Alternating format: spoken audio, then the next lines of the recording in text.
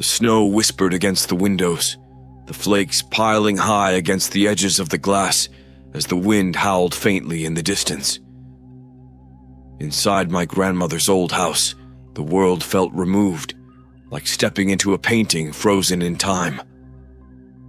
The place had always been strange, with its faded wallpaper and creaking floors that seemed alive, groaning softly with each gust of wind. On this Christmas Eve, it was eerily silent, save for the occasional pop of the ancient radiator struggling to stave off the chill. It had been Clara's idea, of course. She always found ways to make the mundane exciting, her fearless nature dragging the rest of us along for the ride. She'd convinced me, Peter, and Sarah to spend the night in the attic, a place none of us had dared enter in years. "You're being dramatic," Clara had teased when I hesitated earlier that evening. "It's just an old attic. Besides, it's Christmas. If the spirits are awake, they'll be feeling festive." Her laugh rang through the room, masking the unease that settled deep in my chest. I didn't like the attic. I never had. There was something about its cramped, shadowy corners and stale air that felt oppressive, like it was a place not meant to be disturbed. Still, I'd agreed. We all had. It was hard to say no to Clara. The attic itself was just as I remembered, dusty, cold, and cluttered with the forgotten remnants of lives long past. Boxes piled high against the walls, their contents spilling out in disarray. Yellowed newspapers, cracked porcelain figurines, old photographs with faces that seemed to follow you wherever you went. In the center of the room was a small, rickety table that Clara had already adorned with a single flickering candle and the spirit board. "Where did you even get that thing?" Sarah asked, her voice trembling slightly. "In the basement," I said, watching Clara as she cleared a space around the table. "It belonged to my grandmother, I think. She was into this kind of thing." Clara's eyes lit up. "Perfect. This will be our way to her other world. Let's see who we can call tonight." I didn't like the way she said it, as if it were a game. We gathered around the table, the four of us crammed together in the chill of the attic. Clara set the planchette in the center of the board, her fingers hovering over it expectantly. "Are we really doing this?" Peter asked, his usual bravado slipping. Clara rolled her eyes. "Come on, don't be a coward, it's just for fun." The séance began innocently enough. Clara lit the candle, its soft, wavering light barely illuminating our faces in the dim attic. The shadows it cast on the walls seemed to shift and stretch unnaturally, but I told myself it was just the flickering flame. We placed our fingers on the planchette, Clara instructing us to remain silent and focus. "If there are any spirits here tonight," she began, her voice steady and commanding, "we invite you to join us. Make yourself known." At first, there was nothing but the sound of our breathing and the faint groan of the house settling. I felt a wave of relief. Maybe this was just a harmless game after all. But then, the candle flickered violently, as though a gust of wind had swept through the attic. "Did you see that?" Sarah whispered, her eyes darting around the room. "Probably just a draft," Peter said, though his voice wavered. The planchette moved. It was subtle at first, a slight twitch under our fingers. I shot Clara a look, but her expression was one of genuine surprise. None of us were pushing it. The letters came slowly, deliberately. THEYSLEEP. "What does that mean?" Clara asked, her voice quieter now. The attic seemed colder, the shadows darker. I felt an almost imperceptible pressure, as if the air itself had thickened. "I don't like this," Sarah muttered, pulling her hands back. "Let's stop." "No," Clara said sharply, her curiosity outweighing her fear. We have to see this through." As if in response, the planchette moved again, faster this time. ABEL. My heart skipped a beat. The name rang a faint bell, dredging up a story my grandmother had told me long ago. Something about a preacher who had lived in this very house. Abel Mortimer, an intense fire and brimstone minister who disappeared without a trace one Christmas Eve after warning the townsfolk of a coming judgment. "Abel," I said aloud, the name hanging heavy in the room. The candle suddenly went out, plunging us into darkness. A low, guttural sound filled the attic, more felt than heard. It wasn't human. "Who's there?" Clara whispered, her voice trembling now. From the farthest corner of the attic, something shifted. The shadows moved, coalescing into a form, tall, hunched, and wrong. Its eyes gleamed faintly, catching the weak moonlight seeping through the cracks in the roof. And then it began to move toward us. The darkness seemed to press against us, thick and suffocating. The faint outline of the figure in the corner became clearer as it moved, slowly, deliberately, as though savoring each step. Its presence radiated something ancient, something wrong, and the air around it shimmered with an almost imperceptible distortion. I couldn't look away, my body frozen in a sick mixture of terror and disbelief. My heart pounded in my chest as the figure stopped just at the edge of the flickering candlelight. Its face, or what I thought was a face, was obscured by shadow, but its eyes glowed faintly like smoldering embers. "Who are you?" Clara's voice was barely a whisper now, her earlier bravado replaced with fear. The figure didn't answer. Instead, a sound filled the attic, low and resonant, like the distant hum of a funeral organ. It wasn't coming from the figure itself. It was all around us, vibrating through the air and rattling the glass panes of the window. "Guys," Peter said, his voice shaking. "We need to get out of here." Sarah was already scrambling toward the attic door, but when she reached for the handle, it wouldn't budge. She tugged harder, panic setting in, her breaths coming in sharp gasps. "It's locked!" she cried. "It wasn't locked before!"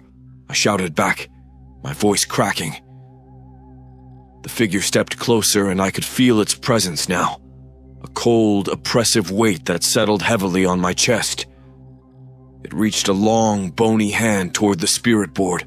The planchette jerked violently across the letters, moving so fast it was almost a blur. Clara leaned forward, trying to make sense of the frantic movements. Her lips moved silently as she spelled out the words. Then she froze, her face draining of all color. "What?" Peter demanded. "What does it say?" Her voice was barely audible. "You invited me." The temperature in the attic plummeted, and I could see my breath misting in the air. The candle sputtered and nearly went out before flaring back to life, casting grotesque shadows across the walls. "Who is it?" I shouted, desperate for answers. The figure straightened, its movements impossibly fluid, as though it were made of smoke and shadows. And then, as it opened its mouth, a guttural, grinding voice emerged, low and resonant, like the sound of stone scraping against stone. "Obel." My blood ran cold. The stories my grandmother had told me came rushing back. Abel Mortimer, the preacher who had condemned the town for its sins, whose sermons had grown darker and more apocalyptic until the townsfolk had turned on him. He had disappeared that Christmas Eve, never to be seen again. "Why are you here?" Clara whispered. Abel's form shifted, the shadows swirling around him. "Because you called me back." The room erupted into chaos. The boards beneath us groaned and splintered as though the very house was reacting to his presence. Peter grabbed the spirit board and hurled it across the attic, but it only landed with a dull thud, as if the house had absorbed the sound itself. "What do you want?" Clara demanded, her voice rising in panic.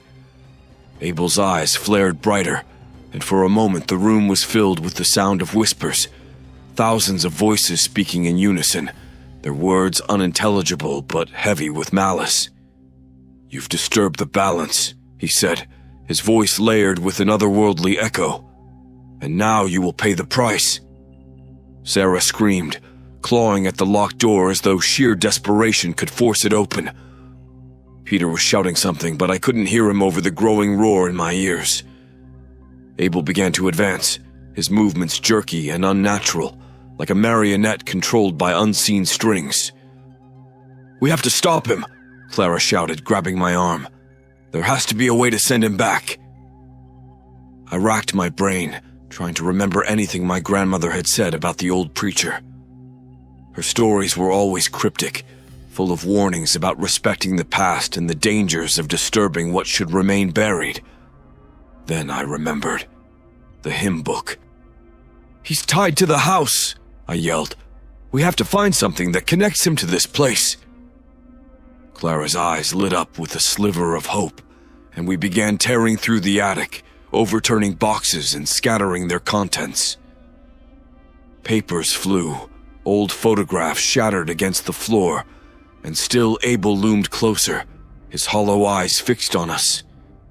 "It's here somewhere," I shouted, my hands shaking as I dug through a dusty trunk. And then I found it, an old leather-bound hymn book, its edges frayed with age. Inside, scrawled in faded ink, was the name Abel Mortimer. "What do we do with it?" Clara demanded, her voice rising over the cacophony. "Read from it," I shouted. "It might weaken him." Clara grabbed the book and began to read, her voice trembling but growing stronger with each word. Abel froze, his form flickering like a dying flame. The whispers grew louder, angrier, but Clara didn't stop. "Keep going!" Peter shouted, his voice raw. Abel shrieked, a sound so piercing it felt like shards of glass stabbing into my ears. The shadows around him began to dissolve, swirling into a vortex that seemed to pull him backward. The attic trembled violently, and I thought for a moment that it might collapse entirely. With one final, ear-splitting roar, Abel vanished, leaving behind only silence and the faint scent of burning wood. The attic door creaked open on its own, and we didn't hesitate. We bolted down the stairs, leaving the spirit board, the candle, and the lingering shadows behind. But as we reached the bottom of the stairs, I heard it. A faint, guttural whisper. "This isn't over." We collapsed in the living room, gasping for breath. The house was eerily quiet now, as though it were holding its breath, waiting. The warmth from the crackling fireplace felt surreal, a stark contrast to the icy terror that had gripped us minutes ago. Clara clutched the hymn book, her knuckles white, her eyes darting around the room as though expecting Abel to reappear at any moment. Peter slumped against the wall, his face pale and drenched in sweat. Sarah sat trembling beside me, staring at her hands as though they were foreign to her. "Is it over?" Sarah whispered, her voice barely audible. I wanted to tell her yes, to reassure her that we'd banished him, that the nightmare was behind us, but I couldn't. My chest was tight with an unshakable certainty that this wasn't the end. The wind outside howled louder, rattling the windows.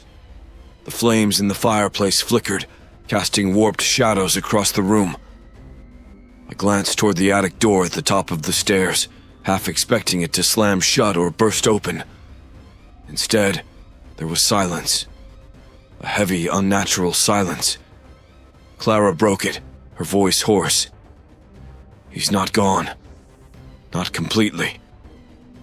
She held up the hymn book, its pages now blackened at the edges as though burned from within. This was the only thing keeping him tied to this house. "What are you saying?" Peter asked, his voice shaking. "He's still here," she said, her eyes meeting mine. "And he'll find a way back." The realization hit me like a punch to the gut. Abel hadn't been defeated, only weakened, forced back into the shadows. But the house still belonged to him, and so did the secrets buried within its walls. Suddenly, the lights flickered. The temperature in the room plummeted, our breath misting in the air once more. The whispers returned, faint and distant at first, then growing louder, swirling around us like a suffocating fog. And then I saw it, etched faintly into the frost gathering on the living room window. A single word, written in spidery, crooked letters. "Soon." The whisper stopped, the light steadied, but the house didn't feel empty. It never would. We didn't stay to see what came next. Even now, I can't sleep on Christmas Eve. The shadows seem darker, the wind more mournful. Sometimes I hear faint footsteps in the hall or catch a glimpse of something moving just out of sight. Abel Mortimer is waiting, and I know he won't wait forever.